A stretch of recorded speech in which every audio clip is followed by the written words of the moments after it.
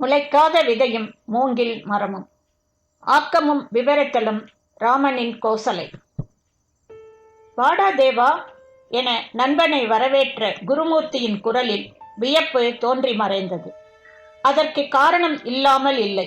தேவநாதனும் குருமூர்த்தியும் ஆரம்ப பள்ளி நாட்களிலிருந்தே நண்பர்கள். அந்த நட்பு உயர்நிலைப் பள்ளி, கல்லூரி என தொடர்ந்து வாழ்க்கையின் அனைத்து நிலைகளையும் பகிர்ந்து கொள்ளப்பட்டதால் கெட்டிப்பட்டு இதோ இந்த 60களிலும் தொடர்கிறது.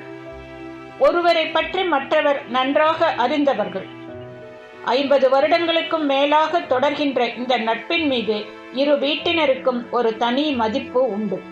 இந்த இருவரின் பிள்ளைகளிடமும் இந்த நட்பு தொடரவில்லை.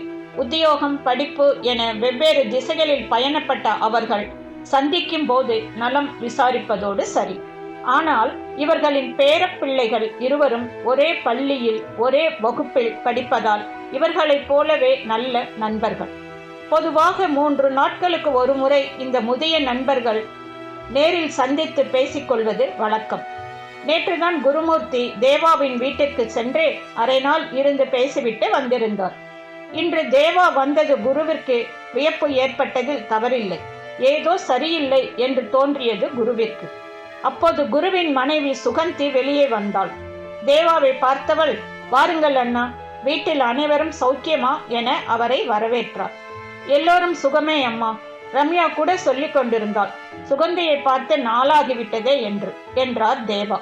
ரம்யாவை ஒரு நாள் அழைத்து வாருங்கள் அண்ணா என்ற சுகந்தி திரும்பி கணவனை நோக்கியவள், பேசிக்கொண்டிருங்கள், நான் உங்கள் இருவருக்கும் காஃபி கொண்டு வருகிறேன் சொல்லிவிட்டு உள்ளே சென்றார். வாடா தேவா என்ற குரு நண்பனை தோட்டத்திற்குள் அழைத்துச் சென்றவர் அங்கு போடப்பட்டிருந்த நாற்காலிகளில் ஒன்றில் நண்பனை அமரச் சொல்லிவிட்டு தானும் ஒரு நாற்காலியில் அமர்ந்தார். சொல் தேவா, என்னவாயிற்று என்று கேட்டார்.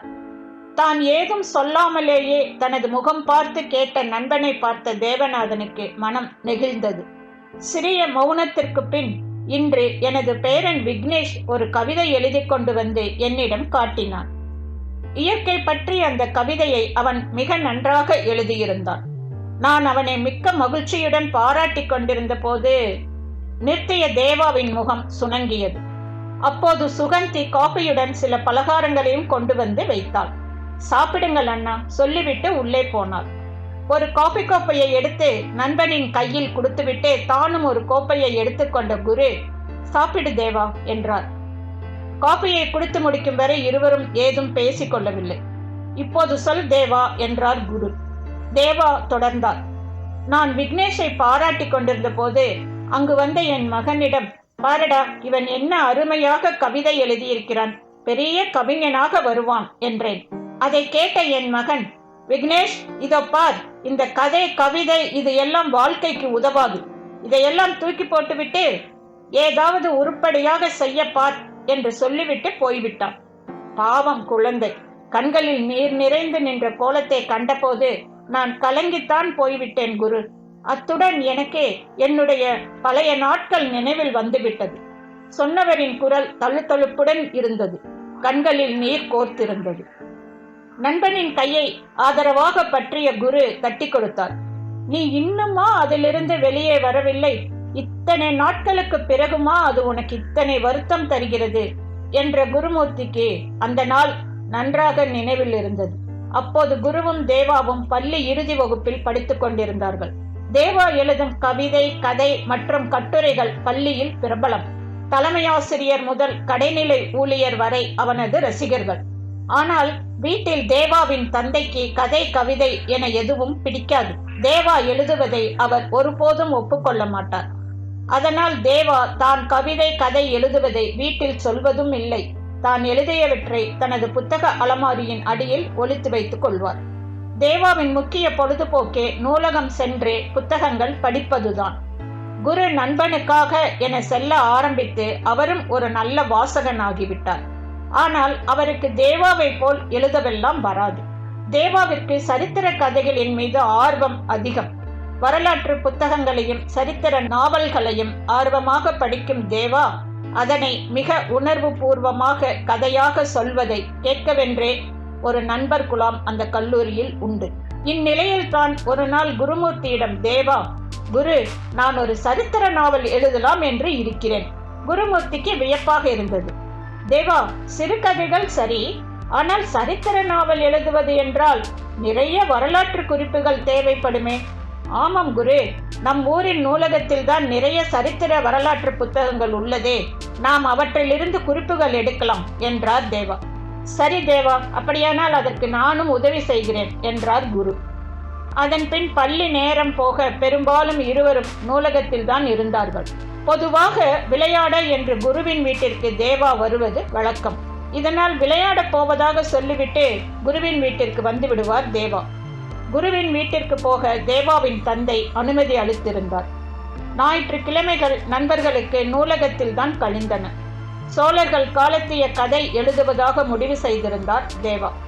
சோழர்கள் பற்றிய புத்தகங்கள், அந்த காலத்தில் இந்தியாவின் வடபகுதியில் கோலோச்சிய மன்னர்கள் பற்றிய புத்தகங்கள் என அவர்கள் குறிப்புகள் எடுத்த புத்தகங்கள் பற்பல.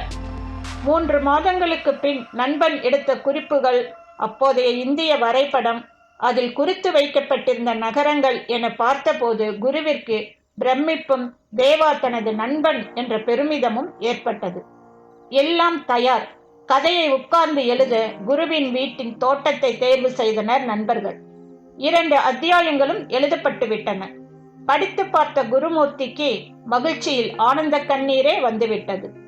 எழுதிய வரையில் நன்றாகவே வந்திருந்தது. இந்த நாட்களில் எல்லாம் தேவா மிகவும் உற்சாகமாக இருந்தார். நேரம் கிடைக்கும் போதெல்லாம் எழுத வேண்டும் என்பதற்காக எடுத்த குறிப்புகளையும் தொடர்ச்சியாக மீண்டும் படித்து பார்க்க வேண்டும் என்பதற்காக இதுவரை எழுதிய அத்தியாயங்களையும் தனது புத்தக பையிலேயே வைத்திருந்தார் தேவா. அன்று ஞாயிற்றுக்கிழமை. குருமூர்த்தி தேவாவின் வீட்டிற்கு வந்திருந்தார். குருவின் வீட்டில் உறவினர் வந்திருந்ததால் நாளை பள்ளியில் சமர்ப்பிக்க வேண்டிய வீட்டு பாடத்தை தேவாவின் வீட்டில் உட்கார்ந்து எழுதலாம் என வந்ததாக தேவாவிடம் சொன்னார். தேவாவும் சரி உட்கார் குரு, இதோ குளித்துவிட்டு வந்து விடுகிறேன் என சொல்லிவிட்டு உள்ளே சென்றார். கூடத்தில் உட்கார்ந்திருந்த குருமூர்த்தி திடீரென்று உள்ளிருந்து வீசி எறியப்பட்ட காகித தாட்களை கண்டு திடுக்கிட்டு எழுந்தார்.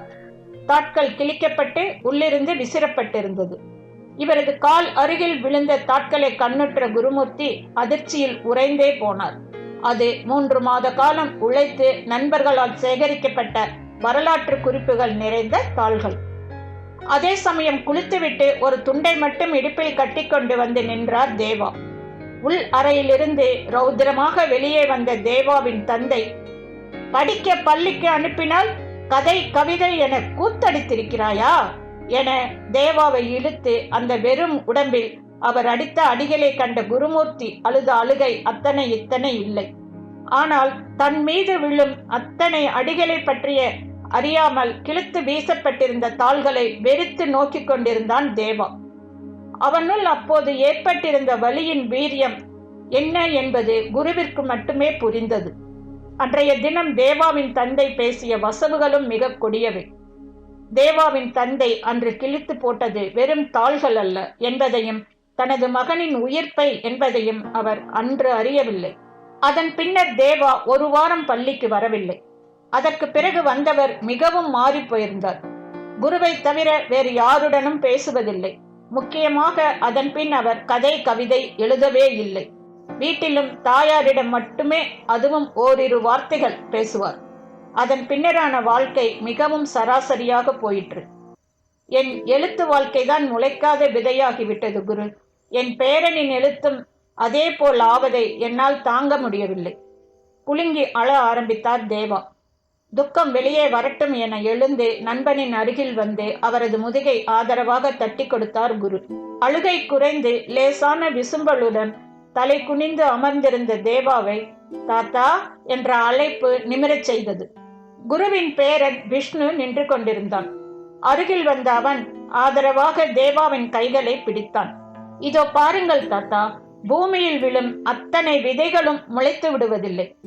எந்த விதை முட்டி மோதி துளிர்க்கிறதோ அவையே சூரியனில், காற்றில், நீரில் என இயற்கையிடமிருந்து தனக்கு தேவையானதை எடுத்துக்கொண்டு வளர்கிறது. துளிர்க்கும் காலம் வரை அது மண்ணிற்குள் பக்குவமாவதற்காக காத்திருக்கும். உங்கள் தந்தையார் அவரது அதிகாரம் உங்களிடம் சென்றவரை மட்டுமே தங்களை கட்டுப்படுத்த முடியும். அவர் விரும்பியவாறு நீங்கள் படிப்பு, வேலை என செட்டில் ஆகிய பின் அவரது அதிகாரம் உங்களை கட்டுப்படுத்த இயலாது. நீங்கள் உங்களுக்குள் இருந்த எழுத்து என்ற விதையை பக்குவமாக மாற்றாமல் உங்களின் தந்தையாரின் மீதிருந்த கோபத்தில் கருக்கிவிட்டீர்கள். ஆனால் கவலைப்படாதீர்கள் தாத்தா, விக்னேஷின் எழுத்து கருகாமல் நான் பார்த்து கொள்வேன். இந்த பள்ளி நாட்கள் அவனது எழுத்துலக வாழ்க்கையின் மூங்கில் மரத்திற்கு வேர்பிடிக்கும் காலமாக இருக்கும். உரிய காலத்திற்கு பின் அவனது எழுத்து மூங்கில் மரம் போல சட்டென்று பிரம்மாண்டமாக வளர்ந்து நிற்பதை நீங்கள் பார்க்கத்தான் போகிறீர்கள். அதுவரை அந்த வேருக்கான நீராக நான் இருப்பேன். நீங்கள் மிகவும் கவலைப்படாதீர்கள். சரியா தாத்தா? சொல்லிவிட்டு சென்ற அந்த சிறுவனை பார்த்த தேவா இன்றைய தலைமுறையின் தெளிவில் வியந்து குருவை பார்த்தார். குருவும் வாயடைத்துத்தான் போயிருந்தார். சற்று தூரம் நடந்த விஷ்ணு அங்கேயே நின்று திரும்பி பார்த்து, தாத்தா, இப்போதும் நூலகம் உள்ளது. உங்கள் நண்பரும் அருகில்தான் இருக்கிறார்.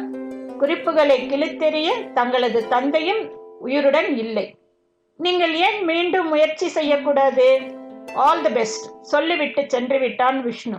வெகு காலத்திற்கு பின்னர் தேவாவின் முகத்தில் மனம் நிறைந்த புன்னகையை கண்ட குருமூர்த்திக்கும் அந்த சிரிப்பு தொற்றிக்கொண்டது. சோழர்கள் பற்றிய ஒரு அருமையான கதையை படிக்க நாம் எல்லோரும் தயாராவோமா? முளைக்காத விதையும் மூங்கில் மரமும்.